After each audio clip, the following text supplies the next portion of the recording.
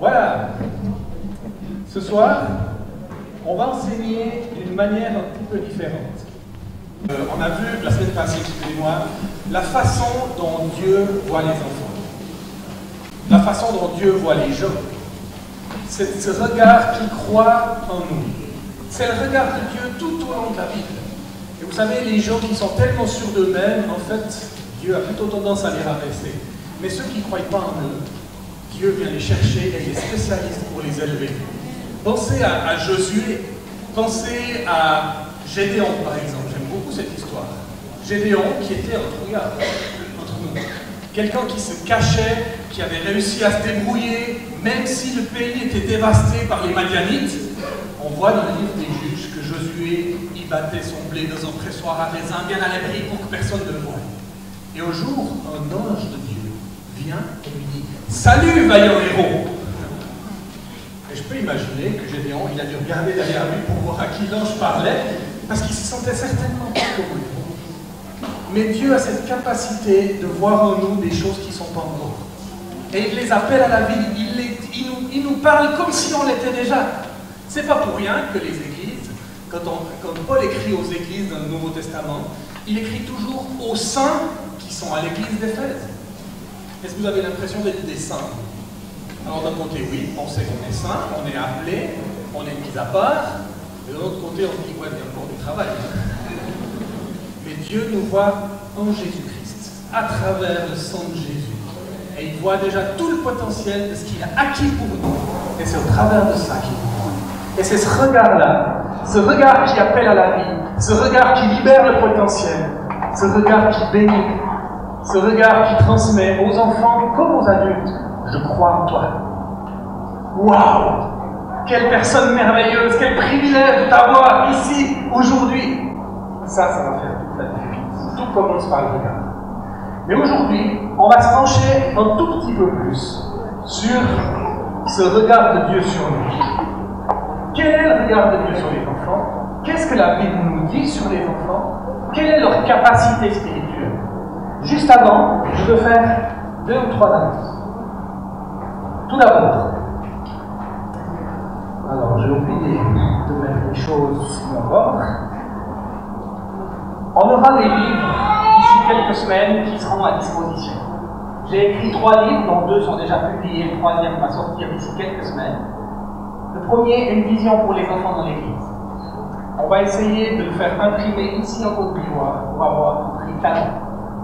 Et puis, vous aurez beaucoup plus que les notes de cours dessus, parce qu'il y aura toutes les histoires, tous les témoignages, plus toutes sortes d'idées pratiques, de citations et de choses qui pourront vous aider. Après, on a un livre qui s'appelle Une vision pour la famille. Une fois que j'ai réalisé l'importance d'amener la vie du Seigneur et du Saint-Esprit dans le ministère des enfants dans l'Église, j'ai pris conscience que c'était peut-être un défi encore plus grand d'amener la vie du Saint-Esprit dans les maisons chrétiennes, dans la vie de famille des chrétiens, pour que la formation de disciples soit quelque chose qui se passe tout au long de la semaine, et pas juste pendant 1 heure ou 2 dimanche matin. Et ça, les amis, c'est une dimension de bataille. Mais le Seigneur va nous conduire là-dedans. Et le 3e livre que j'ai fini d'écrire et qui est en correction actuellement s'appelle Passion pour la Bible. Et on va l'aborder dans plusieurs mercredis et samedis, de manière très pratique aussi. Et puis dès qu'il sera dehors, on va aussi essayer de le faire imprimer ici pour pouvoir l'avoir à un prix vraiment réel. Donc, ces livres, si vous êtes intéressé déjà à en avoir, vous pouvez vous approcher du Guillaume qui en a encore tout en stock des 2 premiers. Ensuite, quelques remarques préliminaires. Donc, quand on va parler de la capacité spirituelle des enfants, la lecture de la Bible sera abordée plus tard. On ne va pas en parler ce soir ni la semaine prochaine, parce qu'on va traiter ce thème sur 2 sessions, mais on va le traiter plutôt en janvier, et on va le traiter sur 3 sessions. La lecture de la Bible, la mémorisation de la Bible, la méditation de la Bible, enfin tous les aspects liés à la lecture de la Bible. Et on vous donnera plein d'idées pratiques pour ça. Ensuite, ces 2 sessions, aujourd'hui et la semaine prochaine, on va beaucoup parler de concepts. On va donner les versets bibliques, on va appuyer les choses, on va mettre en évidence le potentiel des enfants. Mais comment on s'y prend pour pouvoir faire sortir ce potentiel, pour pouvoir aider les enfants à entrer dans ces choses, ça on en parlera davantage dans les semaines qui vont suivre. On va aborder des choses plus pratiques après. Pour le moment, on travaille sur la vision. Et puis, je voulais aussi juste dire une chose qui me semble importante, c'est qu'on va aborder la capacité spirituelle des enfants, mais elle n'est pas plus importante que la capacité intellectuelle, émotionnelle, relationnelle, les autres aspects de la capacité des enfants. Les enfants sont une globalité. Et on a tendance dans l'Église à élever le spirituel au-dessus du reste de la vie, et il faut faire très attention, parce que ça peut nous conduire au mysticisme et à un christianisme qui n'a aucun impact dans la société, parce qu'on est des chrétiens qui vivent dans un monde séparé finalement. Et ça s'appelle le dualisme, en termes philosophiques, où on sépare et on élève le spirituel au-dessus du reste de la vie. Et c'est pas ce qu'on veut faire. On veut parler du spirituel parce que c'est souvent quelque chose dont on n'a pas pris conscience.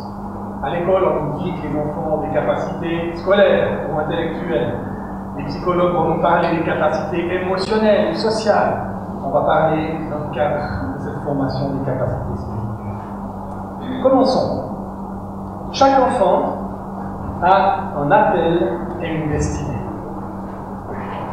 Ça, c'est quelque chose qui est important. Il n'y a aucun enfant qui existe par hasard. Des fois, on dit à certains enfants, « Oh, toi, tu étais un accident, on ne t'attendait pas. » C'est pas terrible pour l'identité de dire quelque chose comme ça. Dieu n'est pas surpris par l'arrivée de cet enfant. Nous, peut-être que oui, mais Dieu ne l'est pas. Ou d'autres enfants, pire encore, on leur dit, « Oh, toi, tu étais une surprise. » Je me souviens de ce camp, et il y a une jeune fille qui est venue vers moi. À la fin d'un message, elle m'a dit, tu sais, il faut que tu pries pour moi. Parce que mon père, il est en train de se divorcer avec ma mère. Et puis, l'autre jour, il est venu vers moi. Et il m'a dit, tu sais, je dois t'avouer quelque chose. En fait, je crois que ta mère, c'est pas la femme que Dieu avait pour moi. Qu'est-ce qu'elle a compris, la fille? Elle a compris, alors si le mariage de mes parents était une erreur, alors je suis une erreur. Alors je ne devrais pas exister. Et en fait, ça a donné accès à un esprit de mort dans sa vie. On a prié pour une délivrance contre cette puissance de mort. Et alors que c'est le père qui était en train d'entrer dans la désobéissance, parce qu'il maudissait la terre, et il essayait de camoufler ça derrière une excuse spirituelle, d'utiliser Dieu. Vous comprenez ce que je veux dire? Il faut qu'on fasse très attention. Nos enfants, ils ont besoin d'être affirmés dans leur identité. Dans Jérémie 1, au verset 5, on a ce verset. Avant que je ne te forme dans le ventre de ta mère, je te connaissais. Et avant que tu sortes de son sein, je t'avais consacré, je t'avais établi prophète pour les nations. Wow. Est-ce que vous réalisez ce que Dieu dit ici? Avant que je ne te forme, je te connaissais. Comment on peut connaître quelqu'un avant qu'il existe? Dieu connaît chaque enfant avant son existence. Dieu connaissait chacun d'entre vous avant votre existence. En fait, dans Éphésiens, on nous dit même qu'il nous connaissait avant la fondation du monde. Ça nous dit une chose, ça veut dire que chaque enfant est une idée de Dieu. Chaque enfant est un projet de Dieu. Avant d'être un projet humain ou un accident ou quoi que ce soit, chaque enfant est voulu par Dieu. Il a existé dans le cœur de Dieu, comme une intention divine, avant d'exister dans la réalité physique. Et il ne faut jamais qu'on oublie ça. Et non seulement Dieu nous connaissait, mais avant qu'on soit né, Dieu dit, je t'avais consacré prophète pour les nations. Alors Jérémie, c'était prophète pour les nations. Mais chaque enfant est consacré pour quelque chose, avant sa naissance. Et ça, on ne va jamais oublier, les amis. Même les pires enfants. Vous savez, avec notre regard, on est des fois biaisés. Dans nos groupes, dans nos classes, on a des fois des enfants très sages, puis on se dit, ah oui, celui-là, sûrement Dieu l'a choisi et bien pas pour quelque chose. Mais après, on a des enfants difficiles. Et on dit, ah, celui-là, Dieu ne pourra jamais rien faire avec lui. Et on les remet sous le mépris. Et on les remet sous le jugement. Alors que c'est ces enfants-là, souvent ils sont comme ça à cause de situations difficiles à la maison, à cause de vécus qui étaient difficiles, à cause de blessures, même d'abus. Et puis leur comportement mauvais, c'est souvent un cri d'alarme. Et nous, des fois, on s'arrête et on continue. Et Dieu veut nous donner un cœur, et Dieu veut nous donner d'être des détecteurs de talent. Pour chaque enfant que Dieu met autour de nous, qu'on ait cette prière. Seigneur, tu l'as créé pourquoi celui-là? Et puis elle, qu'est-ce que tu veux faire avec sa vie? Comment je peux collaborer avec le Saint-Esprit pour aider cet enfant à devenir tout ce que tu veux qu'il soit? On va aborder ces choses-là. Nous, on a fait ça pour chacun de nos enfants. Nos 5 enfants, avant qu'ils arrivent dans notre famille, que ce soit ma femme tombe enceinte, ou alors qu'on aille les adopter aux Philippines pour 2 de nos enfants, chaque fois on a prié, Seigneur, quel est ton plan? On a acheté un cahier pour chacun de nos enfants. Et chaque fois que Dieu nous montrait quelque chose, un verset, ou alors qu'il vivait quelque chose avec Dieu, on notait dans le cahier. Et ce cahier, c'est une liste de toutes les choses qu'on a reçues pour eux, ou quand ils ont fait des camps, ou à l'église, des moniteurs, ou d'autres personnes ont reçu pour eux. On notait, on collait au fur et à mesure dans le cahier. L'année passée, on a quitté nos 2 aînés, on les a laissés en Suisse pour venir ici en Afrique. Ça a été très difficile pour moi, parce que j'aime les enfants. On est une équipe aux familles, on sert Dieu aux familles. Mais avant de partir, on les a invités au restaurant. Et on leur a dit, ben voilà, maintenant vous entrez dans l'âge adulte, vous avez 18 et 19 ans. Nous, on va partir, vous allez rester. On a sorti les cahiers sur lesquels on avait écrit depuis leur naissance toutes les choses qu'on avait vues dans leur vie. On leur a dit, ça c'est votre héritage. Maintenant, à vous de choisir ce que vous allez en faire. Et on vous donne ce cahier. Vous pouvez très bien choisir de continuer de remplir avec les choses que Dieu vous donne. Soyez bénis. Et c'était un moment très heureux. Vous savez, il n'y a aucun enfant qui existe par hasard. Mais j'irais jusqu'à parler même des enfants qui naissent suite à des viols ou à des incestes. Alors bien sûr, les circonstances, c'est pas ce que Dieu aurait voulu. Dieu n'aurait jamais voulu ces circonstances-là. Jamais. C'est pas le projet de Dieu. Mais à un moment donné, il y a un enfant qui vient. J'ai une question pour vous. Est-ce que Dieu, je vais formuler autrement, est-ce que l'ennemi est capable de créer la vie selon vous? Est-ce que l'ennemi est capable de créer la vie? Est-ce qu'on peut dire cet enfant vient du diable? Ça pose plein de questions. Et il y a une dimension de mystère. Pourquoi Dieu a permis? Je ne sais pas. Mais une chose que je sais, c'est que certains de ces enfants qui naissent dans des circonstances atroces et difficiles, ils peuvent devenir des personnes qui transforment des nations. Certainement que pour la maman, il y a des années difficiles. Elle a besoin d'un soutien de la part de sa famille élargie, de la part de son église locale, parce que cet enfant, elle doit l'assumer, elle doit l'accepter, elle doit l'accueillir, elle doit l'accompagner. C'est très difficile. J'ai entendu le témoignage d'un chanteur de rock chrétien, un évangéliste, qui va avec son groupe de musique chrétienne, un groupe de rock, dans des milieux complètement non chrétiens pour annoncer l'évangile de manière radicale. Cet homme était le fils d'une prostituée, qu'il a mis dans un sac poubelle à sa naissance, et qu'il a abandonné sur un tas d'ordures dans la rue. Un pasteur passait par là, il a entendu un bébé pleurer, il l'a trouvé. Il l'a pris chez lui, il l'a adopté. Mais au travers de la vie de cet homme, par la suite, des milliers de personnes se sont converties. Donc on ne peut jamais réduire un enfant à son début difficile, à son début difficile. Et la Bible est très claire. C'est toi qui as formé mes reins, qui m'as tenu caché dans le sein de ma mère. Je te célèbre car je suis une créature merveilleuse. Tes œuvres sont des merveilles. Mon âme ne reconnaît rien. Mon corps n'était pas caché devant toi lorsque j'ai été fait en secret, tissé dans les profondeurs de la terre. Quand je n'étais plus de ma symphonie, les yeux me voyaient. Et sur ton livre, étaient tous inscrits les jours qui étaient fixés, avant qu'aucun d'eux n'existe. Et cette dimension d'être appelé par Dieu dès le sein maternel, elle existe dans l'Ancien comme dans le Nouveau Testament. Dans Ésaïe, on voit Ésaïe qui dit « Il, écoutez-moi, peuple lointain, soyez attentifs. L'Éternel m'a appelé dès le sein maternel. Il a fait mention de mon nom dès ma sortie des entrailles de ma mère. » Et ça, c'est pour chaque enfant. Galates 35, c'est Paul qui dit « Mais quand celui qui m'avait mis à part dès le sein de ma mère et qui m'a appelé par sa grâce. » Mais je crois que si on veut lever une jeune génération qui est pleinement consciente de sa mission et qui va faire une différence, ça doit être une génération qui sait qu'elle est appelée. Et elle va savoir qu'elle est appelée dans la mesure où on la regarde avec les yeux de Dieu et qu'on leur communique ces choses-là. Il y a des jeunes qui ne croient pas en eux, des jeunes qui sont découragés, qu'on puisse venir vers eux et dire même si tout le monde est contre toi, moi je crois en toi. Moi je te tiendrai à tes côtés. Relève-toi. Dieu a quelque chose pour toi. Vous vous souvenez peut-être de l'histoire dans la Bible de Samson. Alors il n'a pas très bien tourné Samson. Mais c'est intéressant parce que sa mère était stérile. Et un jour, l'ange de l'Éternel est venu lui annoncer qu'elle serait enceinte. Puis son mari, il est revenu des champs. Alors elle a dit à son mari, voilà, oh non, voilà ce qu'il m'a dit, je vais être enceinte, on va avoir un enfant. Et son mari lui dit, oh mais il ne peut pas revenir cet ange. Parce que moi j'ai plein de questions à lui poser.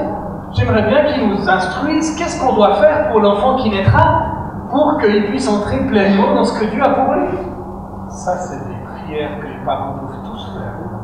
Et il n'y a pas besoin d'attendre que nos enfants aient 14 ou 15 ans. Depuis tout petit, on peut les aider à entrer dans ce que Dieu a pour eux. Je vous propose, et on va le faire plusieurs fois ce soir, de vous mettre par groupe de 3 et de prendre quelques minutes pour partager quelques questions ensemble. On va faire comme ça, certainement dans les 2 sessions qui viennent. On va donner beaucoup de place au dialogue et au partage. J'ai eu 3 questions ici que je remettrai sur la page Facebook. Vous n'avez pas besoin de tout écrire maintenant. Prenez surtout le temps pour discuter, échanger et vous questionner ensemble. Comment découvrir la paix et la destinée d'un enfant? Comment collaborer avec le Saint-Esprit pour l'aider à y entrer? Et puis j'ai aussi quels sont les risques. Pourquoi j'ai cette question? Alors, je vous donne 8 minutes pour vous mettre par groupe de 3 et puis échanger un petit moment sur ces 3 questions. Ça joue? Alors il faut vous tourner un petit peu vers ceux qui sont autour de vous, faire un petit peu des initiatives. Et puis on poursuit dans 10 minutes avec un deuxième aspect de la capacité spirituelle.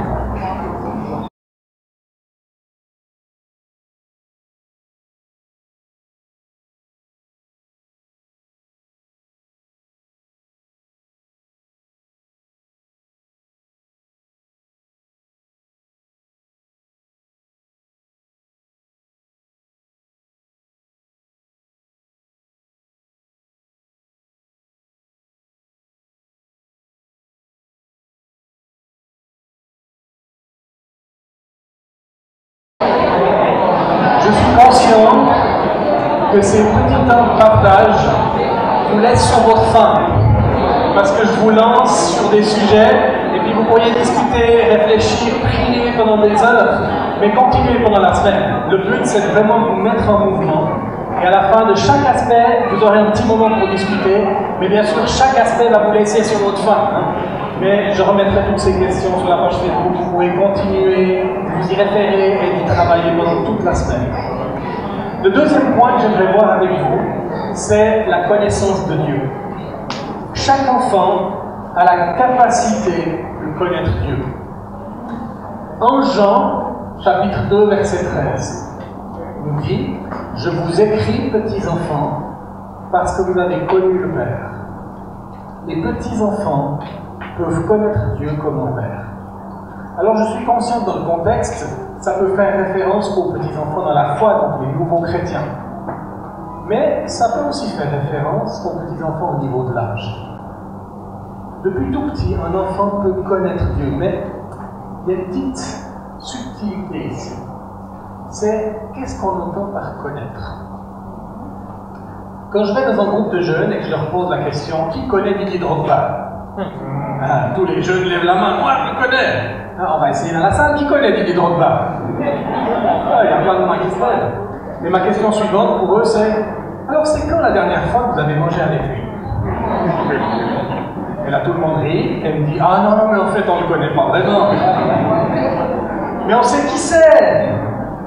On a lu des articles sur lui, on l'a vu à la télé, on l'a vu jouer, on a un poster de lui dans la chambre, je ne sais pas quoi d'autre. Parce qu'on a des informations sur la personne, on pense la connaître. Et c'est notre grand problème dans l'école du dimanche. On transmet aux enfants des informations sur Jésus. Et les enfants pensent connaître Jésus. Et ça, c'est la grande différence entre deux types de connaissances. Et vous trouvez cette différence dans l'Ancien et dans le Nouveau Testament. Vous avez deux mots pour le verbe connaître dans le Nouveau Testament. Eido et ginosko. Eido, c'est la connaissance intellectuelle. Avoir une information. Ce qu'on vient de partager par rapport à Didier Drogba. Mais ginosko, c'est le fait de connaître quelqu'un relationnellement, d'avoir une expérience avec une personne. Et c'est souvent ce verbe-là qui est utilisé dans la Bible quand on parle de connaître Dieu. On parle réellement d'avoir une expérience de Dieu, de vivre une relation avec Dieu, et pas juste de savoir des choses sur Dieu. C'est ce qu'on appelle la connaissance grecque et la connaissance hébraïque. La connaissance hébraïque englobe toute la personne, elle est relationnelle, elle est expérimentale, alors que la connaissance grecque, elle est détachée de la réalité et elle est purement intellectuelle. Et nous, on a été influencés par la connaissance grecque et on a fait notre école du dimanche un système qui donne des informations, mais qui ne transmet pas forcément la connaissance. En hébreu, c'est le mot yada, connaître. Adam connut sa femme, par exemple, dans la Genèse.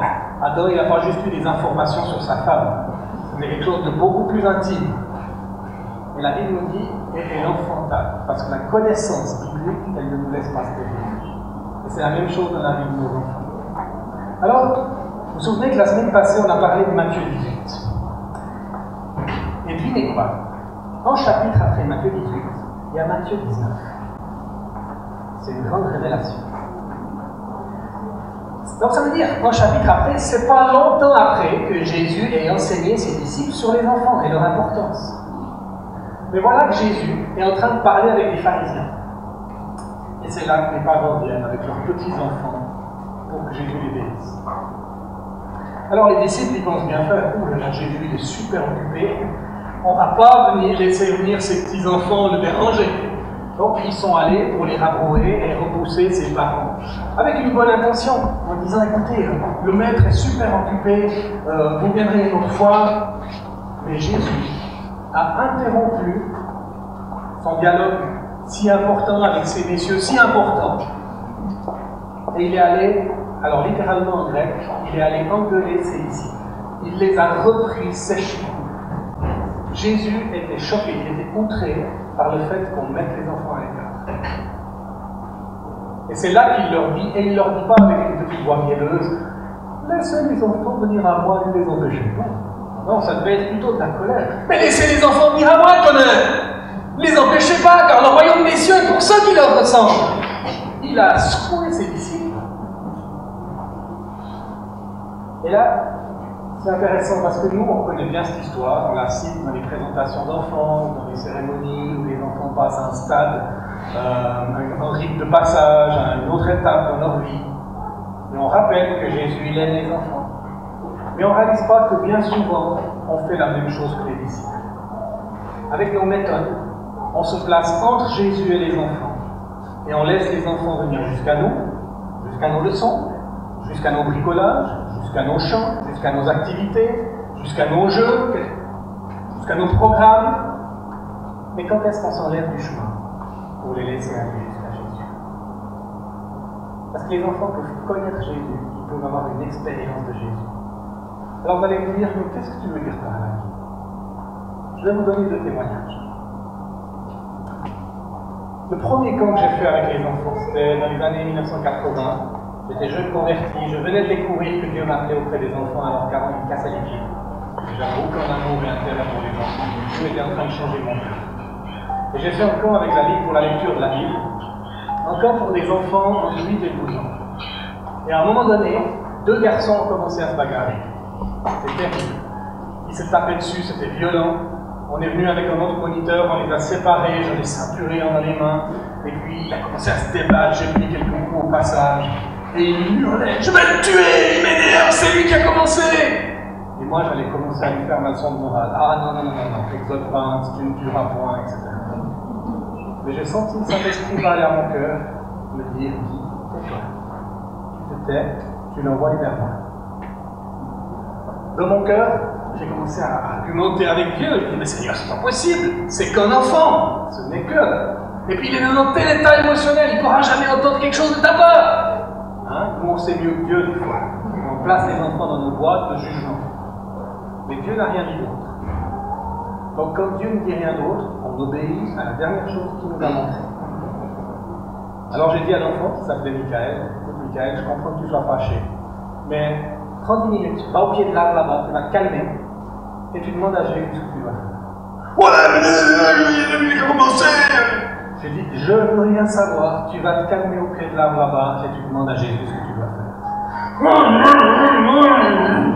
Il est parti, fâché. Moi, je ne m'attendais absolument à rien. Mais 10 minutes après, je le vois revenir. Dans un peu de monde, la queue entre les jambes. Je lui dis, puis alors, est-ce que Jésus t'a parlé? Oui. Qu'est-ce qu'il t'a dit? Il m'a dit que je devais lui pardonner. Je lui ai dit, bah, c'est super. Est-ce qu'il t'a dit autre chose? Oui. Bah dis-moi. En fait, Jésus m'a montré que c'est moi qui ai commencé. Et que je dois d'abord lui demander pardon. Et moi j'étais là. Parce que vous savez, on ne croit pas que Dieu puisse parler directement aux enfants. Donc on ne va pas envoyer nos enfants vers Jésus. On veut être sûr qu'ils entendent la bonne chose, donc on va jouer le rôle de Jésus. On va prendre la place du Saint-Esprit et on va s'assurer qu'ils entendent bien la voix du Seigneur. Mais la Bible nous dit quoi? Il y a un seul médiateur entre Dieu et les hommes. Mais les hommes à partir de quel âge? Pour nous, c'est les hommes à partir de 16 ou 18 ans ou même plus. Je me souviens de ce vieux africain qui disait à quelqu'un de 40 ans, hé gamin, maintenant j'arrête. C'est à partir de quel âge qu'on peut être considéré comme pour nous tenir devant Dieu? Dieu peut parler aux enfants. Directement. On était dans un camp pour des familles. Et puis, on sentait, nous on faisait le programme pour les enfants avec ma femme, et l'avant-dernier soir, on sentait qu'on devait faire un appel à la conversion. Et là, on a senti qu'on devait mettre la barre haut. Donc on a dit aux enfants, ceux qui veulent donner leur vie à Jésus, vous allez venir devant, on va prier pour vous. Mais tous les autres, qui l'ont déjà fait, qui ne se sentent pas concernés, qui ne se sentent pas prêts, on vous aime, la même chose, il n'y a pas de problème. Mais vous pouvez aller dans la pièce à côté, on a préparé des petits gâteaux, du coca, puis on va vous passer une vidéo d'un super dessin animé. Vous auriez dû les voir. Il y a quelques enfants qui sont venus devant, tous les autres sont partis à côté. Et il y avait un petit gars qui s'appelait Philippe, qui tournait sur sa chaise, puis il n'était pas bien. Finalement, il s'avance, il vient vers moi. Il dit, Philippe, on peut se convertir demain.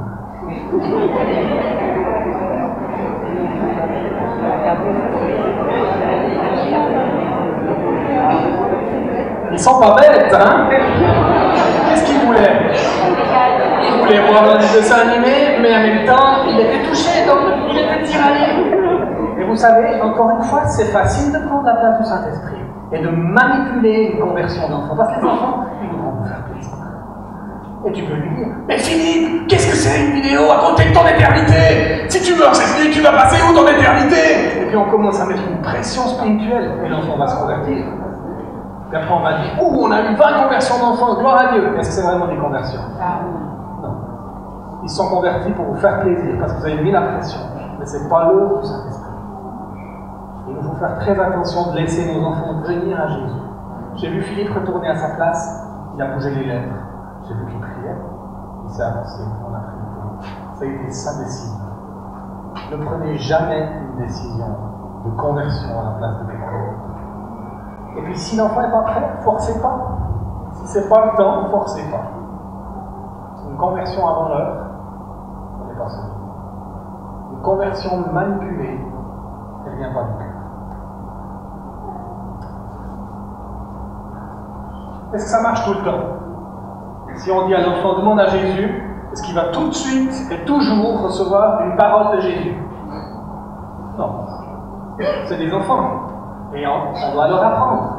On leur donne la possibilité d'exercer leur potentiel, parce qu'on sait qu'ils le peuvent. Mais on doit aussi les éduquer là-dedans. Je vous raconte une histoire. Le responsable de fabricant de joie à Paris, la maman est allée au magasin avec sa fille de 3 ans. Quand ils sont sortis, la petite fille avait un bonbon dans la bouche. La maman la regarde, elle lui dit, mais il vient d'où ce bonbon? Bah, je prie. Puis la maman choquée lui dit, mais tu peux pas prendre comme ça, on n'a pas payé, c'est du vol. La petite la regarde. Quoi? Je demandé à Jésus, il m'a dit oui.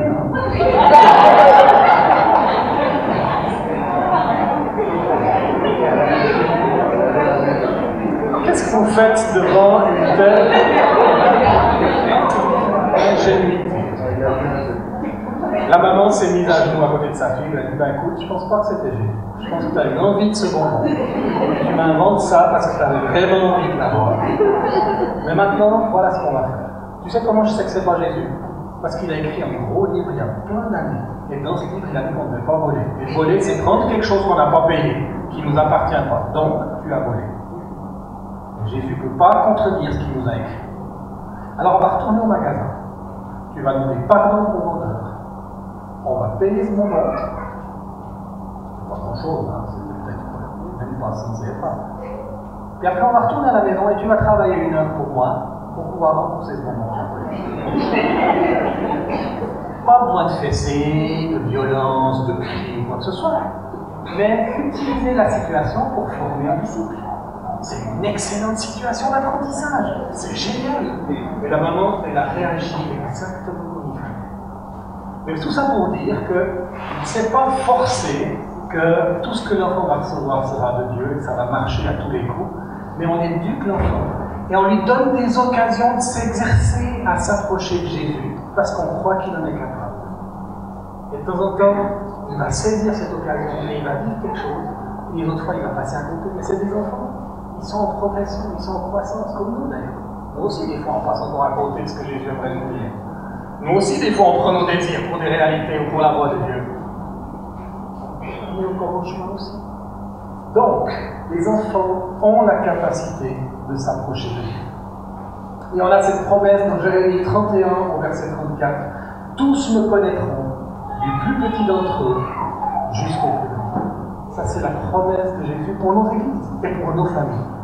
Dieu veut qu'on le connaisse, pas juste qu'on sache des informations sur lui, mais qu'on ait une expérience de lui, une relation profonde. Amen.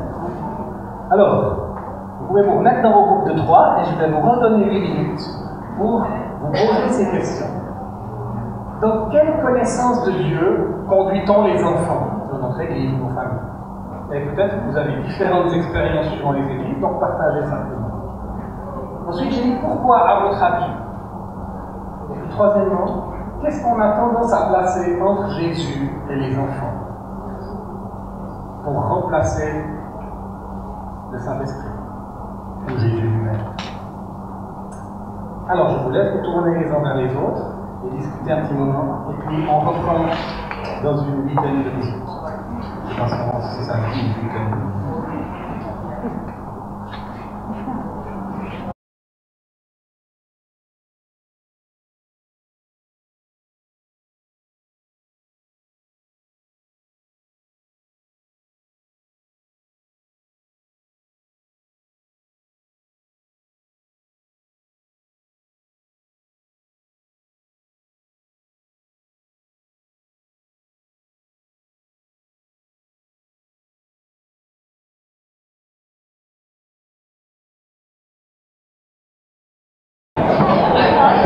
Voilà, vous pouvez prendre place. Je suis désolé de vous interrompre à nouveau.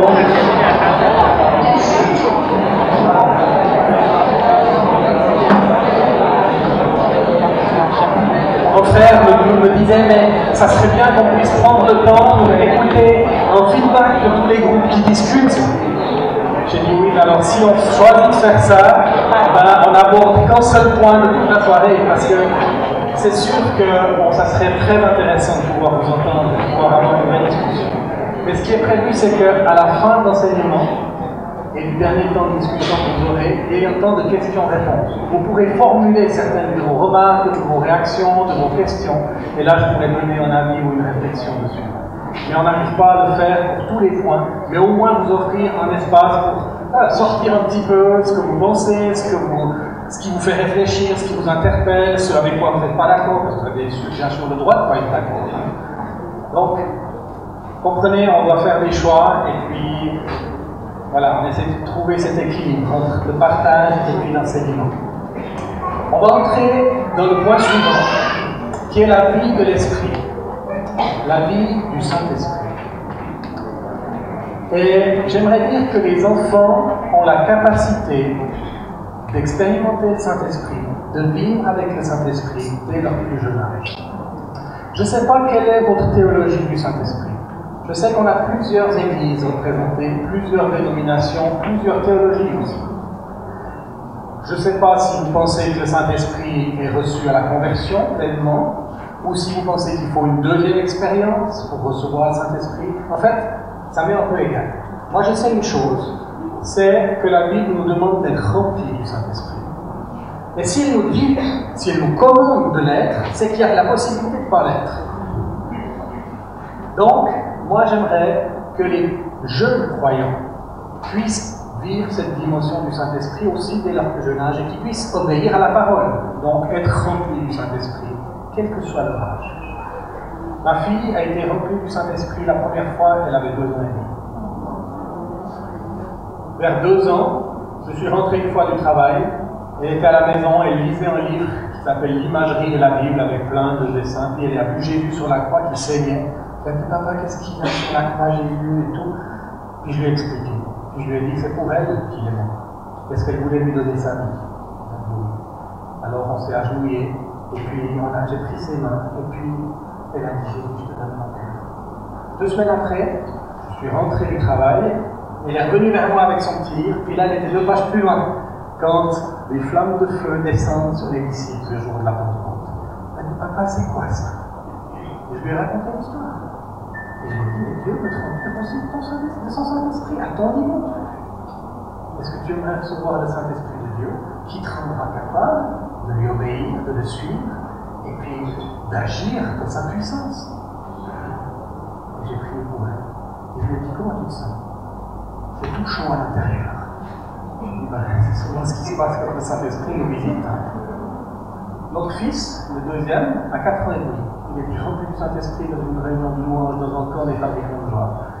Moi, je présidais la réunion, donc j'étais devant en train de surveiller tout ce qui se passait. C'était bientôt mon tour de prendre le micro. D'un coup, il court vers moi en racontant n'importe quoi. Je lui retourne vers maman, je suis occupé, là, je suis concentré. Puis ma femme revient en disant, mais t'entends pas, il est en train de parler en langue. J'ai vu mon problème. Je ne m'attendais pas. Mais la Bible nous raconte des histoires d'enfants possédés par des esprits mauvais. On est d'accord avec ça? Il y en a plusieurs. Un enfant, l'esprit le jetait dans le feu, et puis il était épileptique, enfin, il y a toutes sortes de situations. Et on n'a aucun problème à dire que nos enfants, ils ont des esprits mauvais. Par contre, pourquoi est-ce qu'on a tellement de problèmes à croire qu'un enfant puisse être rempli du Saint-Esprit? Alors, je veux toucher 2-3 points par rapport à ça. Tout d'abord, un verset, Actes 2, versets 38-39. C'est à la fin du discours de Pierre à la Pentecôte. 3000 personnes sont converties. Et ils disent, hommes frères, que ferons-nous? Et Pierre leur dit, que chacun d'entre vous soit baptisé pour le pardon de ses péchés. Et vous recevrez le don du Saint-Esprit. Et il ajoute, car la promesse est pour vous, pour vos enfants, et pour tous ceux qui sont au loin, en aussi grand nombre que le Seigneur, notre Dieu, les appellera. La promesse est pour vous et pour vos enfants. Et en fait, Pierre, dans le discours de la Pentecôte, il vient de rappeler la promesse du prophète Joël. Après cela, je répandrai mon esprit sur toute chair. Vos fils et vos filles prophétiseront. Vos jeunes gens, vos anciens auront des songes, et vos jeunes gens des visions. Il y en a pour toutes les générations. Le Saint-Esprit veut visiter toutes les générations. De quel droit est-ce qu'on exclurait une génération de la promesse du Saint-Esprit? Là derrière, on retrouve le mépris, en disant, mais c'est que des enfants. Ils ne comprendraient pas. Parce que nous, on comprend tout ce qui se passe avec le Saint-Esprit. On doit juste recevoir et obéir. Maintenant, il y a quelque chose de plus grave par rapport au Saint-Esprit, mais juste avant. Dans Luc 1,44, vous avez l'histoire du plus jeune enfant dans la Bible qui a été visité par le Saint-Esprit. C'est Jean-Baptiste. Il est dans le sein de sa mère. Il est âgé de quelques mois. Et il croise Marie, qui est enceinte de Jésus, de quelques mois aussi. Donc Jésus peut-être gros comme un haricot, Jean-Baptiste un petit peu plus, peut-être comme une petite courgette. Et puis Jean-Baptiste, la parole nous dit, tressaille sous l'onction du Saint-Esprit, parce qu'il a senti la présence de Jésus. Alors est-ce qu'il est rempli du Saint-Esprit au terme adulte, comme on... Non, mais l'enfant, dans ses étapes de développement, peut expérimenter cette vie du Saint-Esprit à différents niveaux. Et puis une fois qu'il est adulte, il l'expérimente en tant qu'adulte, avec une dimension adulte.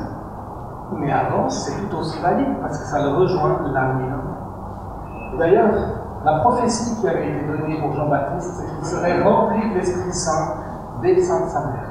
Et nous, on a prié ça pour chacun de nos enfants dans la femme était enceinte. Chacun, on a prié qu'ils soient remplis du Saint-Esprit dès le sein maternel. Parce que dans la Bible, il y a un précédent. C'est pas comme si on inventait quelque chose de nouveau. Ensuite, le Saint-Esprit est crucial dans la croissance spirituelle. Dans l'Ancien Testament, le principe actif, c'était la loi. Dieu donne les standards, et puis après, tu dois obéir aux 613 commandements qui sont là, et si tu désobéis à un, tu désobéis à tous. Donc les standards sont très élevés. Mais comment tu obéis? Avec tes propres forces. Et le but de la loi, c'était de nous amener à réaliser qu'on a besoin d'un sauveur, qu'on est incapable d'obéir à la loi par nous-mêmes. Il n'y a que les pharisiens qui pensaient qu'ils y arrivaient, mais en fait leur cœur n'était pas changé. Il y avait l'arrogance, il y avait l'orgueil spirituel. Dans le livre d'Ézéchiel et de Jérémie, la nouvelle alliance est prophétisée. Et ce que Dieu dit par rapport à la nouvelle alliance, c'est une nette différence avec l'ancienne. Dans la nouvelle alliance, Dieu dit « Et je mettrai en eux mon esprit, et je ferai en sorte qu'ils suivent mes commandements. » Donc on peut obéir aux commandements de Dieu dans la nouvelle alliance grâce au Saint-Esprit qui est en nous, qui nous rend capables, qui crée en nous le vouloir et le faire, la motivation et la capacité de suivre les commandements de Dieu. Et même d'aller au-delà des commandements de l'Ancien Testament. Parce qu'on est dans l'amour. Donc, j'ai une question. Si on prive nos enfants de la puissance du Saint-Esprit, ils doivent essayer d'obéir aux commandements de Dieu avec quelle force? Avec quelle force? Avec la leur. Et qu'est-ce que l'Ancien Testament a prouvé par rapport à ça? Que par nos forces, on n'arrive pas.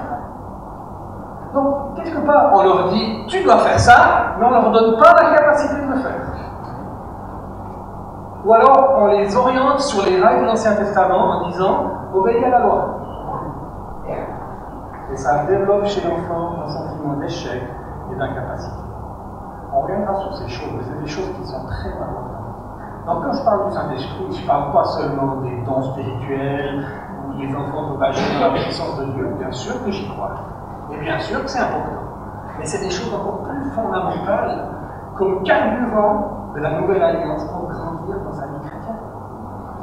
Moi, je suis pour qu'on prie régulièrement pour que les enfants soient renouvelés, remplis du Saint-Esprit. Il est disciple. Jésus a soufflé sur eux, il a dit recevez le Saint-Esprit. Puis après, il est monté au ciel, et ils ont jeûné, ils ont prié, ils ont cherché Dieu. Et le jour de la Pentecôte, le Saint-Esprit est descendu, mais ils l'avaient déjà reçu, et Dieu avait soufflé sur eux.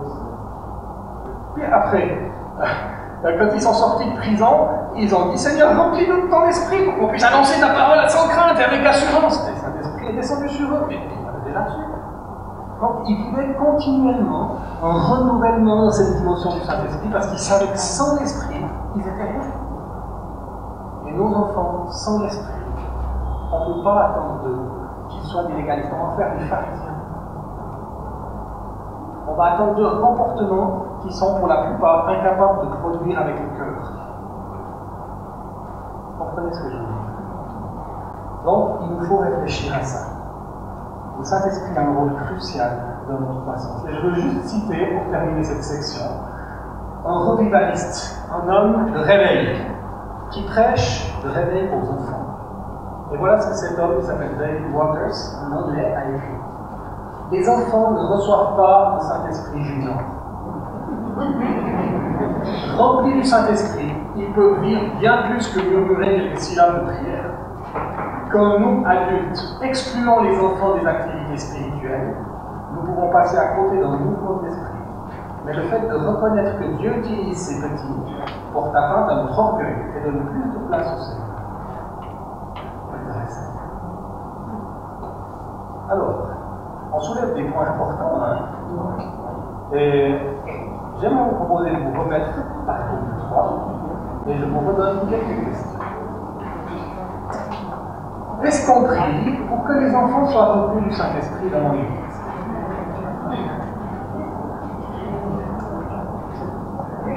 Je voulais mettre sinon pourquoi, mais je ne veux pas partir du principe que de toute façon c'est non.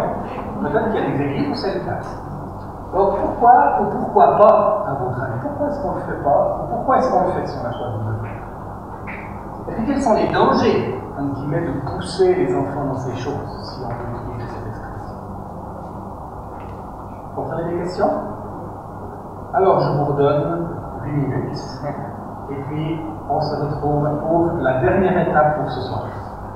Que 4 étapes de la capacité spirituelle pour cette soirée, 4 autres la semaine prochaine.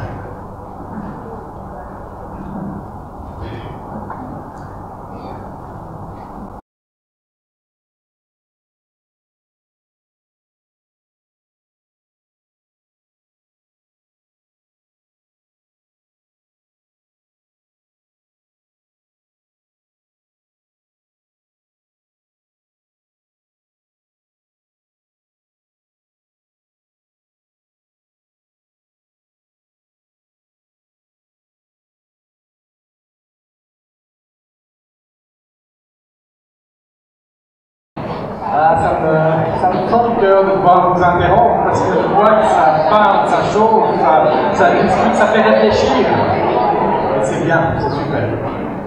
Et je vous encourage à continuer et parler aussi avec d'autres personnes autour de nous. Ça doit être quelque chose qui nous habite en fait, parce que Dieu est en train de transformer notre réflexion et notre vision. Et ça doit se faire au travers de beaucoup de palabres, de discussions. Et je sais qu'en Afrique, vous avez besoin de beaucoup parler pour vous approprier les choses, donc faites-le. Et après, on aura un temps beaucoup plus long où vous pourrez poser des questions. Donc, je vous demande pardon pour toutes les fois où je vous interromps. Et toutes les fois où je vais encore vous interrompre. Parce qu'on va essayer quand même de suivre ce qu'on a prévu. Et l'idée, c'est vraiment de vous faire démarrer dans la réflexion. Dernier point qu'on va prendre ce soir, c'est le témoignage, l'évangélisation. Les enfants ont la capacité d'évangéliser. C'est vrai. On a un exemple biblique dans l'Ancien Testament avec la petite fille, la petite servante de Naaman. J'ai noté le texte ici, c'est dans 2 Rois 5, les versets 1 à 6. Naaman, chef de l'armée du roi de Syrie, jouissait de la faveur de son Seigneur et d'une grande considération. Car c'était par lui que l'Éternel avait accordé le salut aux Syriens. Mais cet homme était important, et il était lépreux. Or, des troupes de Syriens étaient sorties et avaient emmené du pays d'Israël une petite jeune fille comme captive. Elle était au service de la femme de Naaman.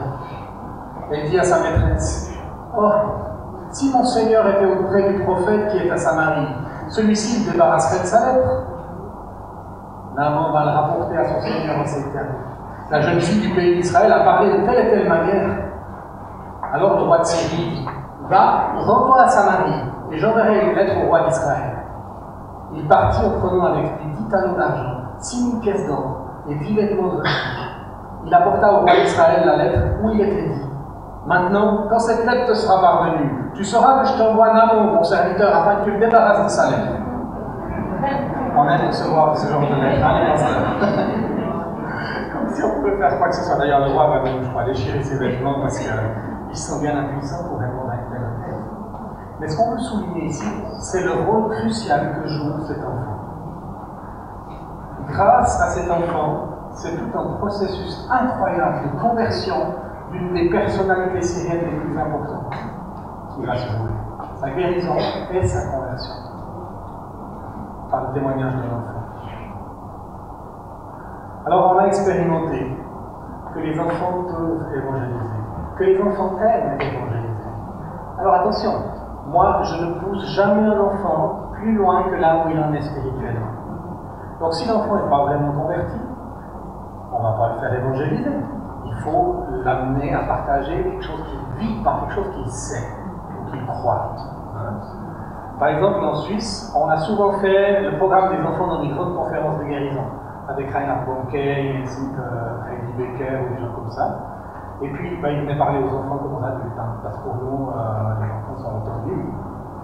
Mais il y a toujours une journée où on sort avec les enfants. Et les enfants vont témoigner dans les rues et inviter des gens à la soirée de guérison, comme l'évangéliste va parler. Et tous les enfants se réjouissent de faire ça. Tous? Non, peut-être pas. Peut-être 70%, 80%. Et puis pour les autres, on fait un petit programme avec des jeux, avec une occupation. Parce qu'on ne va pas forcer les enfants à aller au-delà de là où ils en sont spirituellement. Par contre, avec les fabricants de joie, on a souvent eu des chorégraphies qu'on a utilisées pour aller dans les rues pour témoigner. Et puis on a vu des choses absolument étonnantes. Je vais vous raconter deux histoires qu'on a vécues avec ce ministère. On était avec des enfants à partir de 8 ans et des adolescents. Les âges étaient mélangés. Et puis, on n'allait pas juste faire des danses. Le but, c'était d'exalter le nom de Jésus sur la place. Et puis, en élevant son nom, sa présence descend et les gens sont touchés. On était au Havre, une ville au nord de la France. À l'époque, il y avait le grand bateau hôpital de jeunesse en mission qui s'appelait l'Anastasis, qui était là. Et puis, c'était un grand événement et les fabricants de joie de Suisse et de France, on était venus au Havre pour accueillir le bateau et profiter de faire une grande campagne d'évangélisation sur la ville. On avait fait un spectacle sur une place, il y a des centaines de personnes qui se sont arrêtées.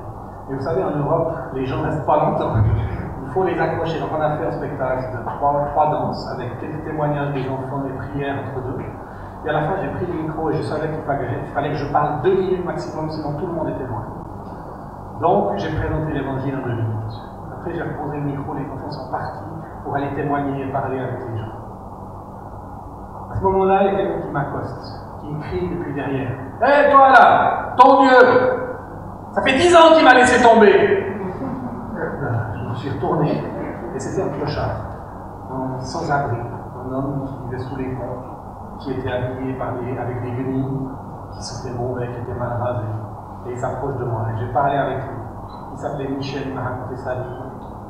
Un désastre. Je ne savais pas trop quoi faire. Le lendemain, on repartait pour la Suisse.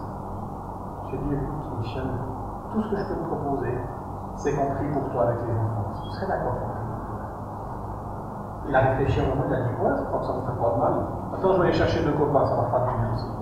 Il est allé chercher 2 autres clochards. Ils sont venus, quand j'ai pris 3 des enfants de 8-9 ans qui étaient là, et on a fait un cercle. Un enfant, un clochard, un enfant, un clochard qui se donnait la main. Les 3 enfants ont prié. Les prières d'enfants, c'était pas « Oh Seigneur !» Jésus, tu vois Michel, tu vois sa vie qui est difficile, je te prie que l'enfant, tu veux lui montrer ton amour et l'aider dans sa situation. Il y a des prières de tout le monde, des prières d'enfants. À la fin des prières, Michel avait les yeux en larmes. Les 2 autres clochards sont partis, ils n'avaient pas été spécialement interpellés, mais Michel il a demandé s'il pouvait rester avec nous toute la journée. On a dit, bah, pourquoi pas. On l'a invité à prendre le repas avec nous, on est sur le bateau, et puis après le soir, on avait une autre soirée pour faire un autre spectacle dans une salle, campagne d'évangélisation, cette fois dans une grande salle. Et puis, Michel était toujours avec nous dans le bus. On a pris le micro du bus, de l'autocar, on a fait des annonces pour les enfants. Et Michel, il s'approche de moi et il dit, je pourrais dire quelque chose aux enfants. Moi, je suis pour raconter, là. Et j'ai senti le Saint-Esprit qui parlait à mon cœur. Il disait, fais confiance, fais confiance. Il dit, ok, mais pas trop long. J'ai donné le micro, et Michel a simplement dit, les enfants doivent dire quelque chose. Je crois que c'était une des plus belles journées de ma vie. Ce matin, j'étais une brebis perdue, et aujourd'hui, j'ai été retrouvée.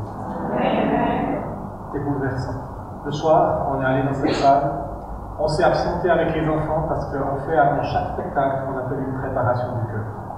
On dit Jésus, il n'est pas intéressé par nos belles chorégraphies. L'Éternel regarde au cœur, c'est l'homme qui regarde à ce qui frappe les yeux. Donc si on fait des belles danses, mais qu'on a plein de rivalités, de querelles, de choses non réglées entre nous, alors Jésus ne peut pas recevoir ce qu'on lui offre. Donc on prend toujours ces temps de préparation du cœur. Et puis on s'est absenté avec les enfants. Quand je suis revenu dans la salle, il y avait un homme assis à côté de Michel. Puis cet homme, je ne savais pas qui c'était, il me voit arriver, il me dit « Ah, c'est vous qui avez trouvé Michel aujourd'hui dans la rue ?» Je dis « Oui. Écoutez, je suis un chrétien de la ville. Avec ma femme, on a un ministère d'accueil pour des gens comme lui. Est-ce que vous seriez d'accord qu'à la fin de la soirée, on le prenne avec nous et qu'on l'accompagne dans la prochaine étape de sa vie ?» J'ai dit, Seigneur, on a joué une petite part dans ton plan, mais tu avais déjà mis en place les parties suivantes. Des fois, on veut tout contrôler, on veut avoir la stratégie globale. Mais si on fait juste ce que Dieu nous dit, et que les autres obéissent aussi, alors le plan de Dieu se met en place. Une autre fois, on était avec les fabricants de joie sur une place qui s'appelle la place Beaubourg à Paris. Une grande place. Et il y avait énormément de monde. Et on était en train de faire le tout dernier chant du spectacle. Les enfants étaient sur une scène, il y avait des centaines de personnes qui regardaient.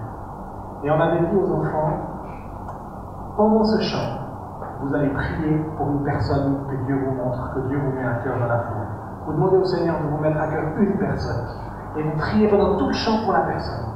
Et quand le chant est terminé, vous sautez de la scène, on avait mis des roses par terre devant la scène, une par enfant. Vous prenez votre rose et vous courez vers la personne que le Seigneur a mis sur votre cœur et vous lui offrez la rose en lui disant une parole que le Seigneur vous aura mis. Alors il y avait cette petite fille, peut-être elle avait 8 ans, elle était au premier rang. C'était en chant avec une promesse. Car je connais les projets que j'ai formés sur vous, dit l'Éternel, l'Éternel. Vous connaissez ce verset de Jérémie, Jérémie 29, 13. Et cette petite, elle a vu ce gars arriver derrière, mal rasé, on peut lire suite, les longs cheveux, le blouson noir et tout. Elle a prié pour lui dans tout le chant. À la fin du chant, elle saute de scène, elle prend sa rose, et la personne commençait déjà à tourner le dos pour partir. Elle lui court derrière, puis elle crie « Monsieur, monsieur, monsieur, attendez! Monsieur !» La personne se retourne, puis elle la regarde toute surprise, et la petite fille se plante devant lui avec un grand sourire, avec une tendre rose. « Monsieur, Jésus vous aime !» Et l'homme, il n'a pas su comment réagir, il était là. C'était peut-être la première fois que quelqu'un lui donnait quelque chose de toute sa vie. C'était peut-être la première fois que quelqu'un lui disait qu'on l'aimait de toute sa vie.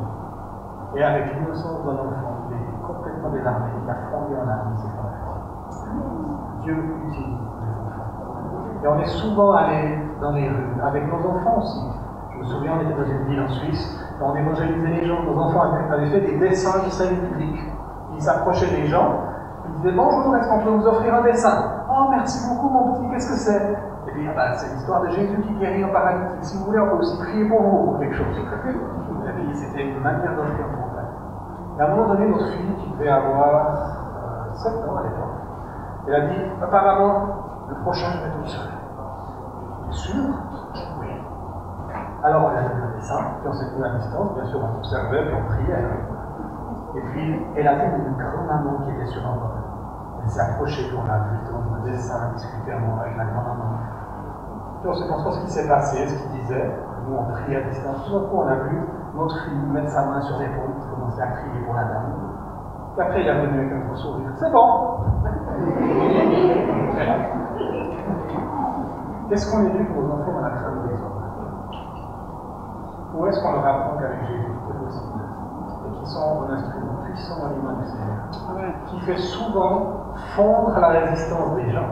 Alors, dans une culture où il y a beaucoup de mépris des enfants, peut-être que les gens vont répondre de manière beaucoup plus agressive. Peut-être que ça ne serait pas aussi simple. Mais on peut utiliser des moyens comiques, des chorégraphies, des sketchs, toutes sortes de choses qu'on peut faire.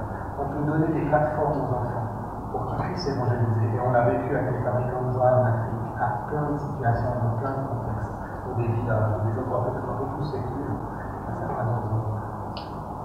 On était avec nos enfants, et puis un dimanche matin, toute l'église était sortie pour évangéliser. On fait ça des fois le dimanche matin.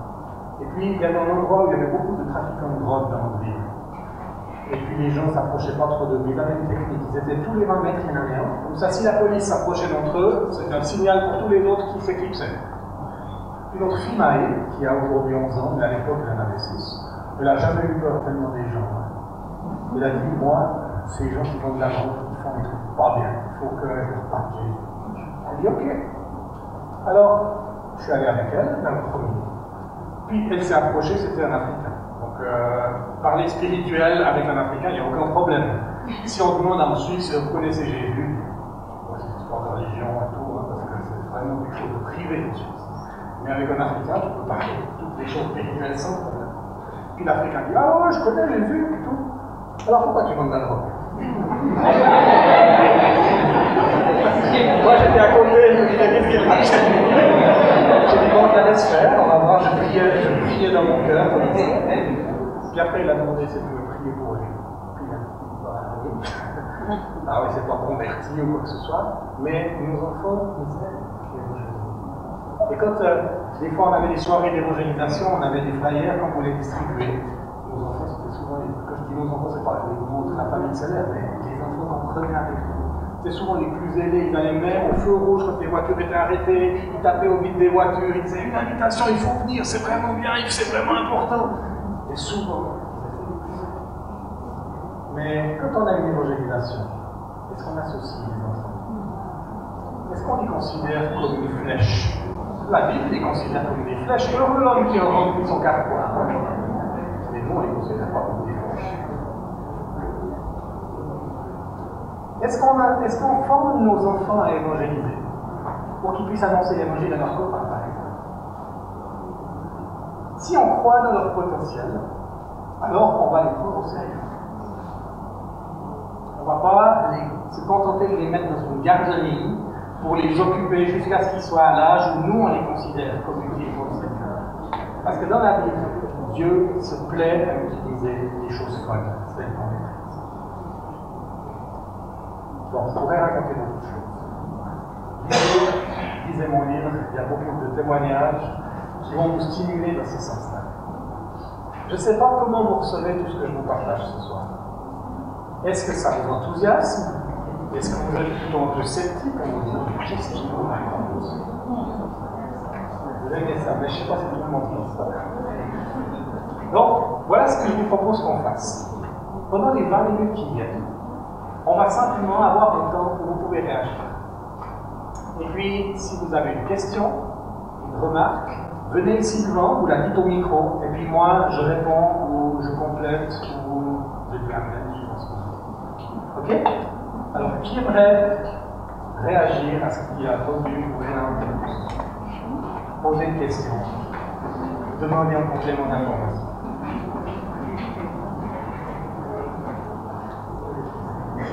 Oui?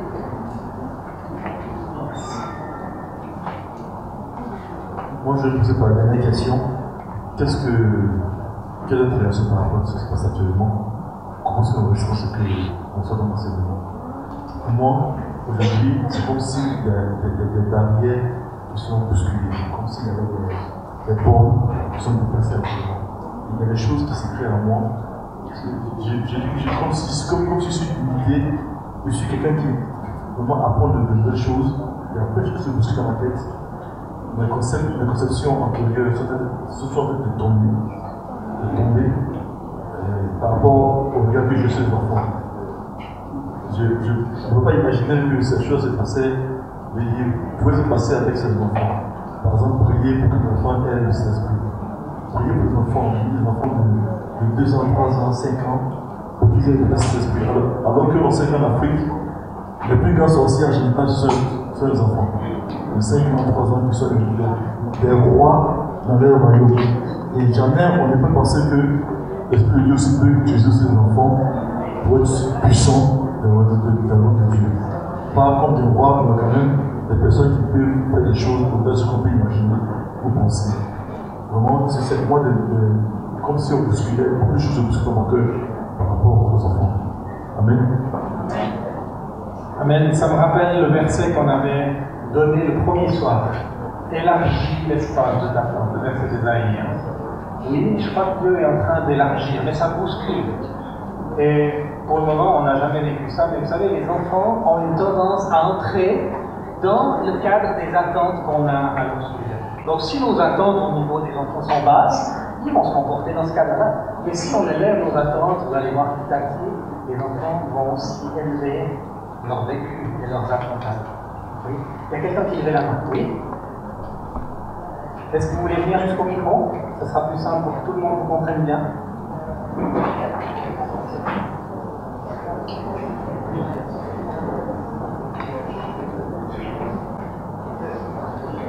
Merci beaucoup. Moi, je vous suis très reconnaissante au Seigneur pour tout ce que j'entends, parce que c'est beaucoup de nouvelles choses depuis le premier mercredi. Beaucoup de choses qui n'étaient pas passées par ma tête. J'ai été très frappée parce qu'on a vu le mercredi dernier sur le mépris, des situations que je n'avais pas considérées comme mépris, et qui pour moi étaient devenues normales. Moi, ma question maintenant c'est, avec toutes ces choses que j'ai entendues, comment est-ce que je fais la transition? Est-ce qu'il y a je dirais une opération de réconciliation d'abord avec les enfants? Bon, ça, moi je suis contre le parler de l'église, je prends les enfants à la maison qu'on a. Est-ce qu'il y a une phase de réconciliation, je dirais, une griffe à faire avant de passer à l'étape suivante, ou bien juste passer comme ça? Je ne sais pas si Je pense qu'il faut demander au Seigneur. Ça peut être différent pour chacun.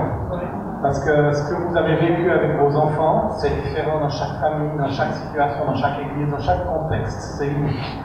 Donc, le Saint-Esprit va vous montrer comment aller de l'avant. Mais sachez que dans toute cette année, on va aborder cette question. Comment on fait la transition? Déjà, le samedi de la semaine prochaine, on va être des choses très pratiques pour l'Église. Mais après aussi, on parlera de la famille dans les mois qui vont suivre. Et puis, on vous donnera des pistes pour pouvoir faire ceci. Ce que j'aimerais dire, c'est ne faites rien prématurément.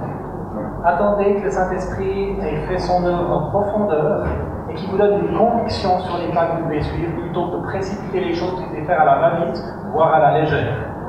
Et puis vos enfants, ils ne sont pas préparés. Priez pour vos enfants pour le moment et priez que Dieu fasse jusqu'au bout la bonne œuvre qu'il a commencée en vous.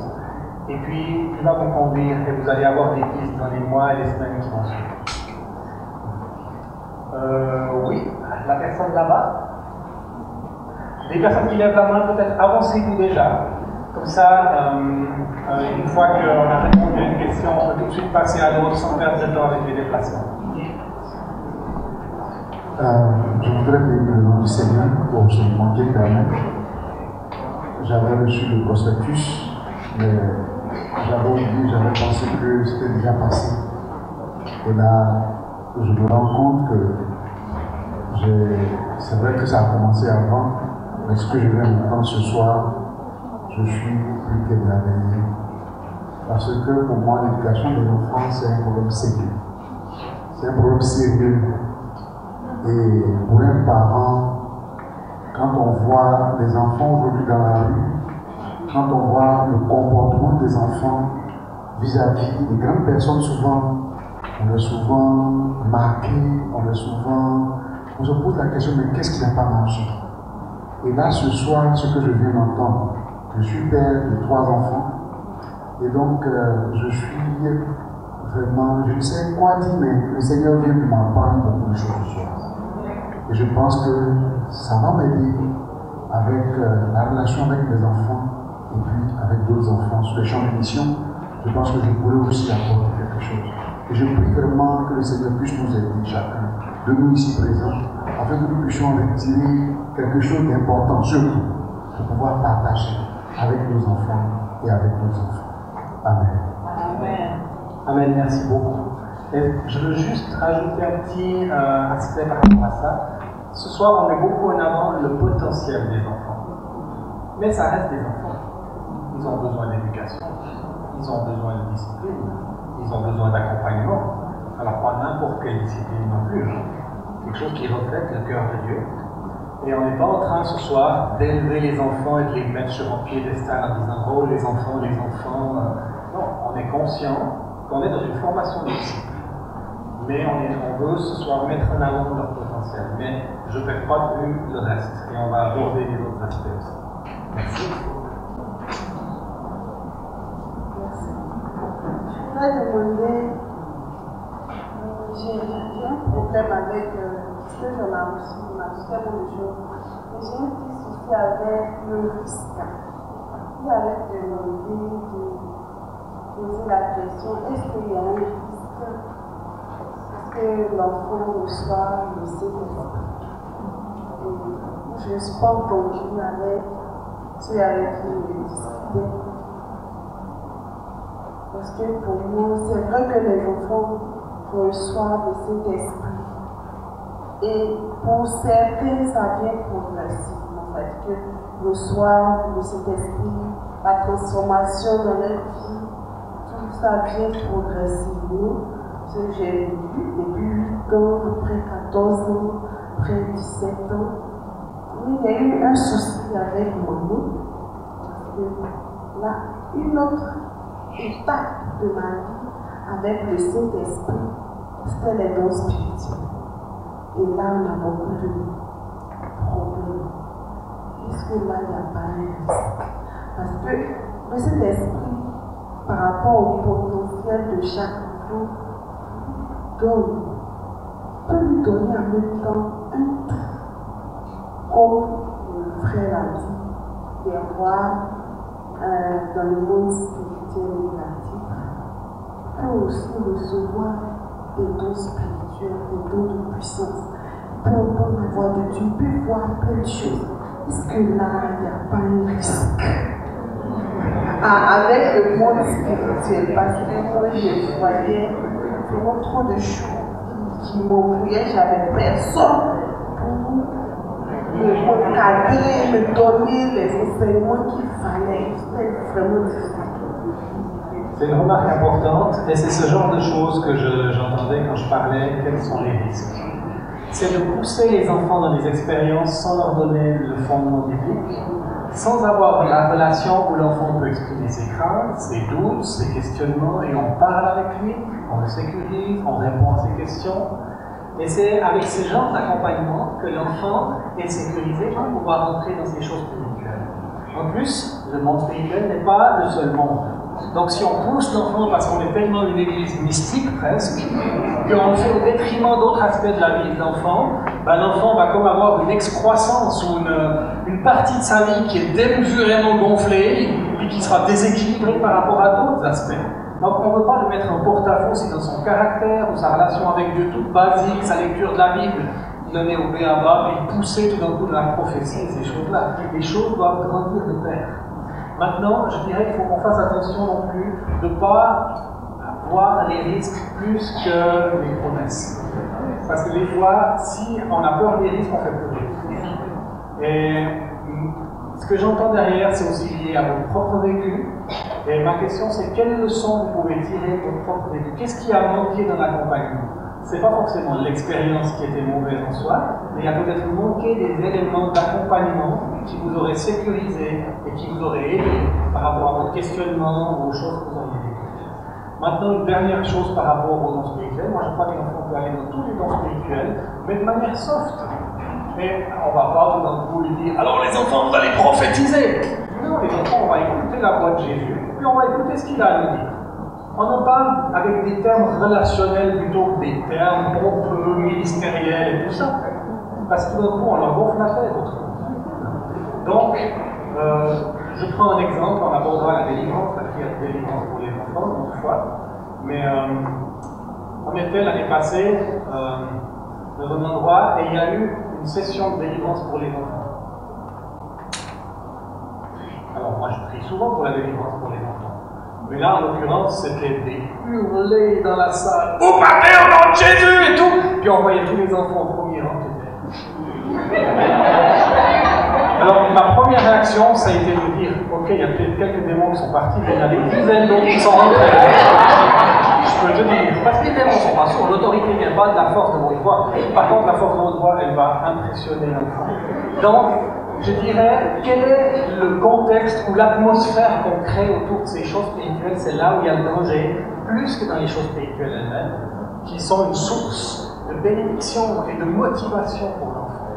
Il faut qu'on fasse attention parce qu'on a une culture religieuse, même charismatique, qui peut être destructrice, et puis pour nous c'est juste tout ce qu'on a toujours connu, donc on a tendance à imposer ça aux enfants, et ça peut être difficile à vivre. Ça c'est vrai. Merci. Je vais dire merci au Seigneur pour ce qu'on reçoit.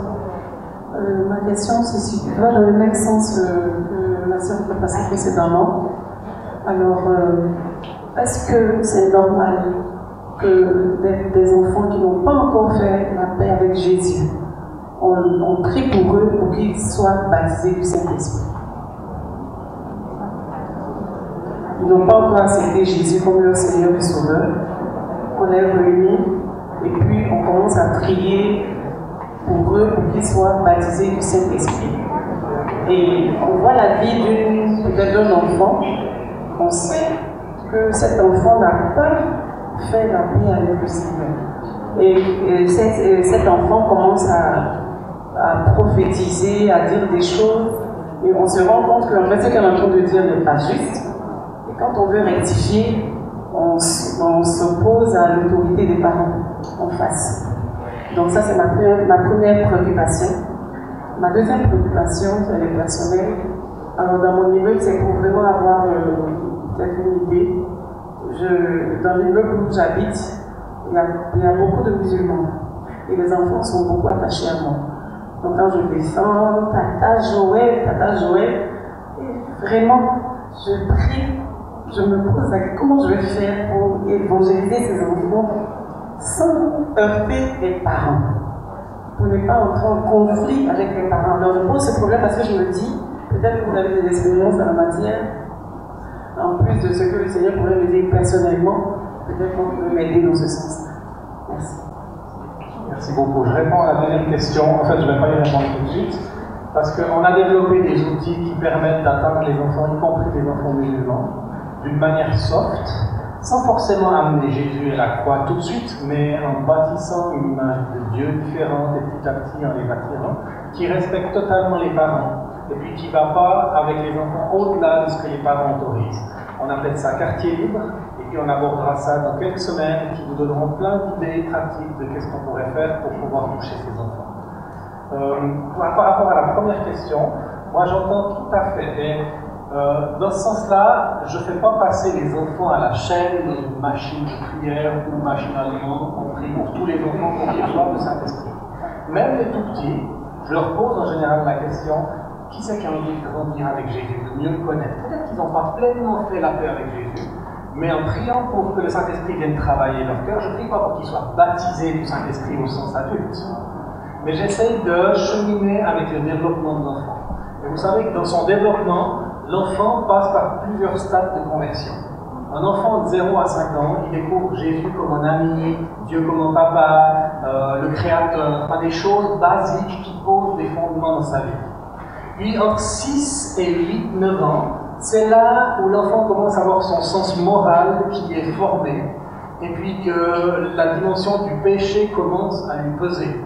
Donc c'est là où l'enfant commence à faire une conversion à Jésus. On pourrait dire la conversion de l'enfant tout petit, il est chrétien par imitation de ses parents, et il connaît Jésus comme un ami, Dieu comme un papa, mais le péché c'est quelque chose qui n'est pas forcément compris, il n'est pas dans son développement, en mesure de pleinement comprendre ce que ça veut dire.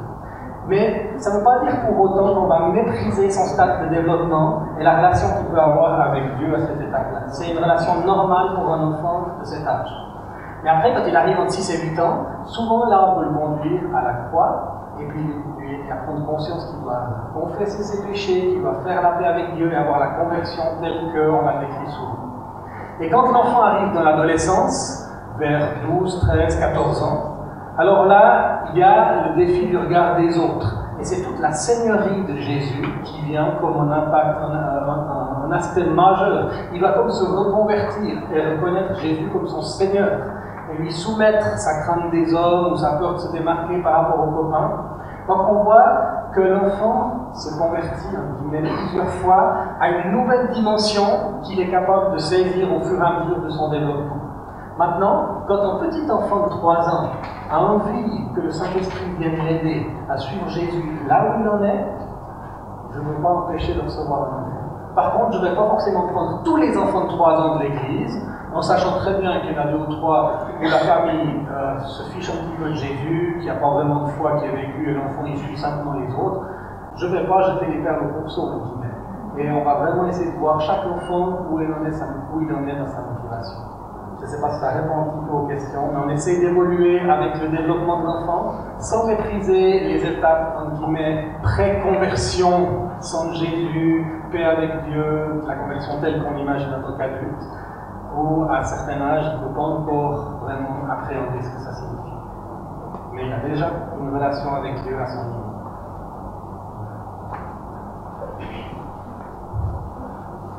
Merci.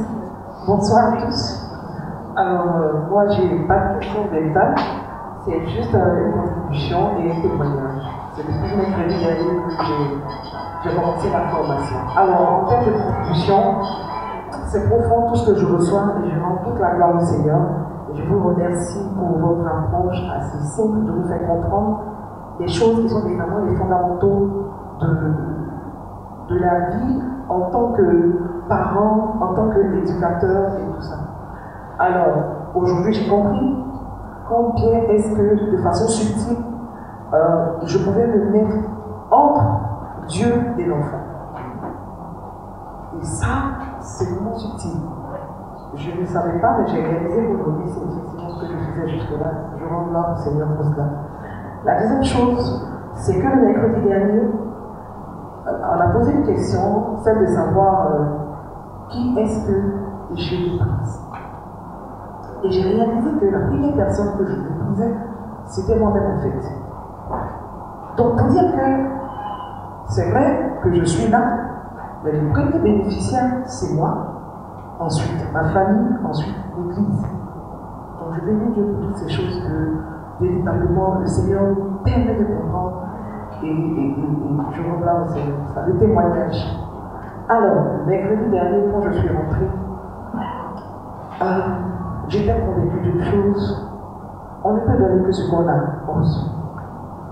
C'est vrai qu'on est chrétien, mais s'il y a un background qui n'est pas véritablement résolu, en tant que chrétien, on peut faire les choses dans les gestes, dans les attitudes, dans les comportements, dans la façon de parler, sans faire attention sur ces choses, ces détails qui peuvent bousiller toute une vie. Alors donc, je rentre à la maison, je réalise combien est-ce que j'ai été parfois dure avec les enfants. Et donc, le lendemain, je lui ai dit que je vais les voir. Je suis mère de 2 enfants, un garçon de 15 ans et une petite de 8 ans. Alors je dis, à un moment de vous voir, elle me demande pardon, parce qu'il y a eu des fois où c'est normal que je vous donne la correction, quand vous avez mal fait. Mais des fois, par colère, j'ai eu à dire des choses où j'ai eu à, dans le regard, avoir des regards méprisants dans la façon de vous corriger, je vous demande pardon. Ils sont restés un peu silencieux. Et puis j'ai demandé, est-ce que vous me pardonnez? Ils m'ont dit, oui, on te pardonne. Puis je me suis souvenu que vous avez rendu votre témoignage. Des parents que vous avez intériorisés pendant 40 ans, qui ont complètement, qui étaient pas des facteurs limitants dans votre progression et développement. Donc j'ai dit, est-ce que maman a eu à dire une fois des paroles, des chants, des choses qui vous ont, que vous avez gardé? La plus petite commence, elle-même. J'ai dit, qu'est-ce que j'ai eu à dire? Une fois, tu m'as demandé de faire quelque chose et je ne l'ai pas fait, puis tu m'as dit que j'étais méchante. Waouh! Et puis j'ai dit, c'est parce que je me fâchais. Tu n'es pas méchante. Qui est-ce qui fait mon lit quand je suis fatiguée? Qui est-ce qui arrange ma chambre quand je suis fatiguée? Elle, c'est moi. Qui est-ce qui fait la table? Qui s'empresse de faire la table? C'est moi. Qui est-ce qui parfois vient me couvrir quand je dors? C'est moi. Tu penses qu'une personne méchante peut faire ça? Elle dit non. Je dis, c'est parce que je t'aime, je te fais. Il y a beaucoup de choses que tu fais que je ne sais pas mis que le garçon. Le grand garçon, je lui demande, il dit, une fois tu t'es fâché, et puis tu m'as dit que j'étais paresseux et que j'étais idiot.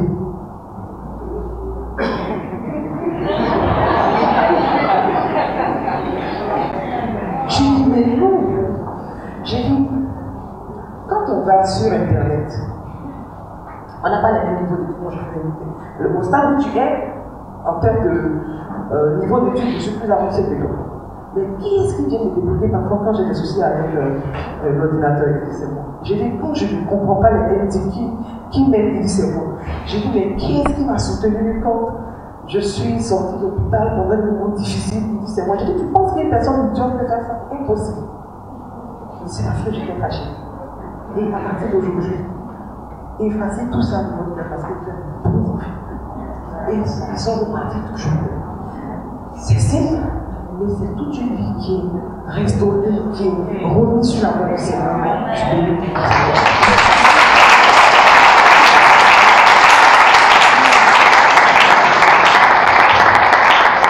Si on veut tenir l'horaire, on ne va pas pouvoir prendre ta question maintenant. Mais par contre, il y a la fin de la soirée, je parle.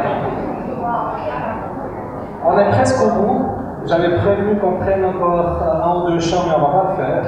Parce qu'on veut respecter le timing qu'on vous a donné. On sait que certains d'entre vous retournez jusqu'à jamais, jusqu'à Yopougon et Bassam. Donc, on ne veut pas vous retenir au-delà du temps. J'aimerais simplement terminer par quelques annonces. Vous voyez, j'avais prévu aussi des questions sur les modélisations. Je les mettrai sur la page Facebook.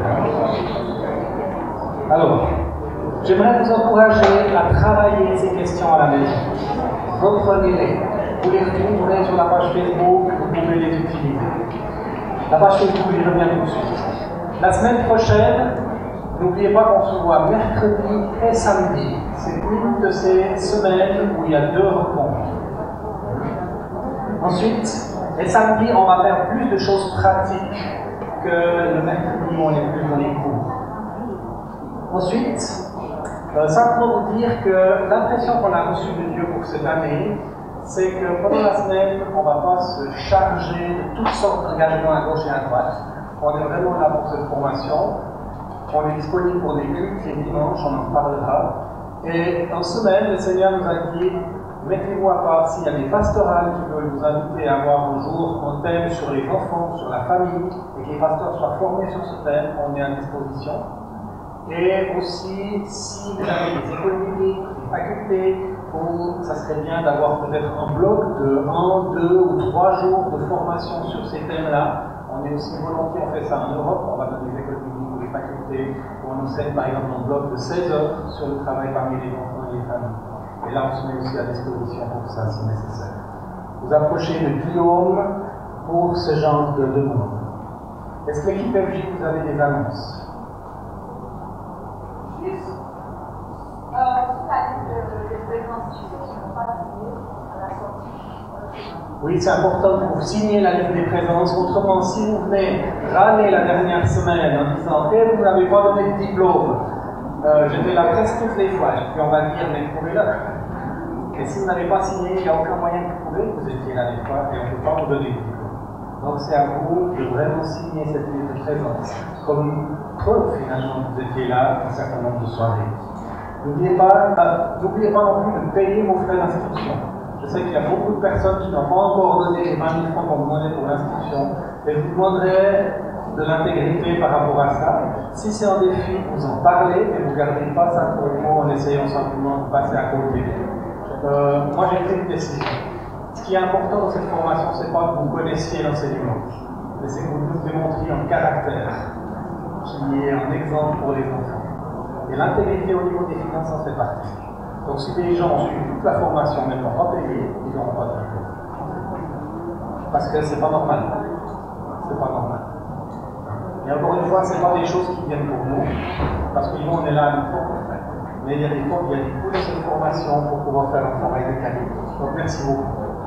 La semaine prochaine, démarrage à 18h30 précise, comme on a fait aujourd'hui. Merci à tous ceux qui ont pu être là à l'heure. Et on sait que pour certains, c'est plus difficile. C'est pour ça qu'au début, on commence par des témoignages, par quelques champs ou activités. L'enseignement commence plutôt autour des 7 heures. Je termine juste par un petit exemple de la page Facebook. Certaines personnes ont eu de la peine avec cette page Facebook. Donc, je voulais simplement vous montrer en 2 mots. Quand vous êtes sur la page École LJE, vous avez. Il faut que la connexion fonctionne, parce que on va rentrer.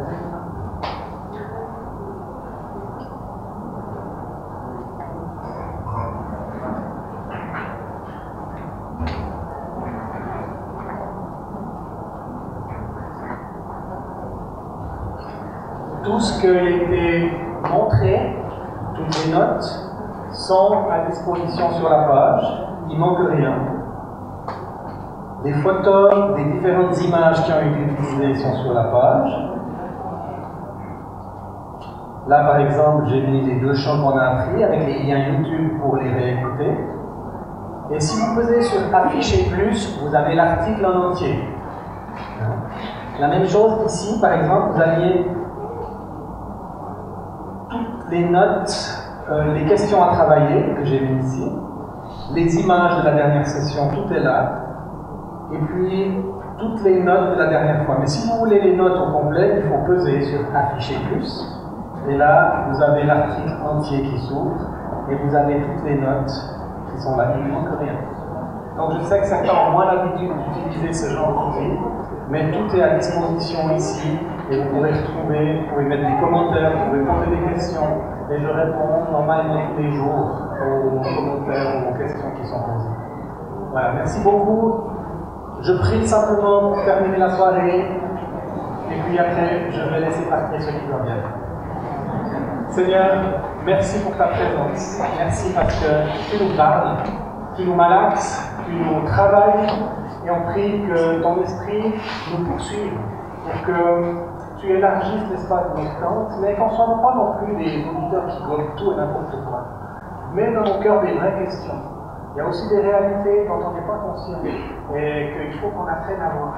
On prie, Seigneur, qu'ensemble, on puisse connecter avec ce qu'il y a sur ton cœur pour les enfants de Côte d'Ivoire. Merci, Seigneur Jésus, de bénir chacun, de les garder sur le chemin de retour et de continuer de travailler les cœurs pendant toute la semaine. Instruis-nous et conduis-nous dans ce que tu as prévu. Au nom de Jésus. Amen. Amen. Soyez bénis.